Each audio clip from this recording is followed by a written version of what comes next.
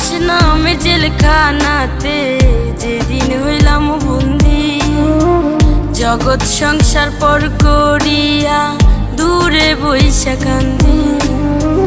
প্রবাস নামে জেলখানাতে যেদিন হইলাম বন্দি, জগৎ সংসার পর করিয়া দূরে বইসা কান্দি। মা বাপে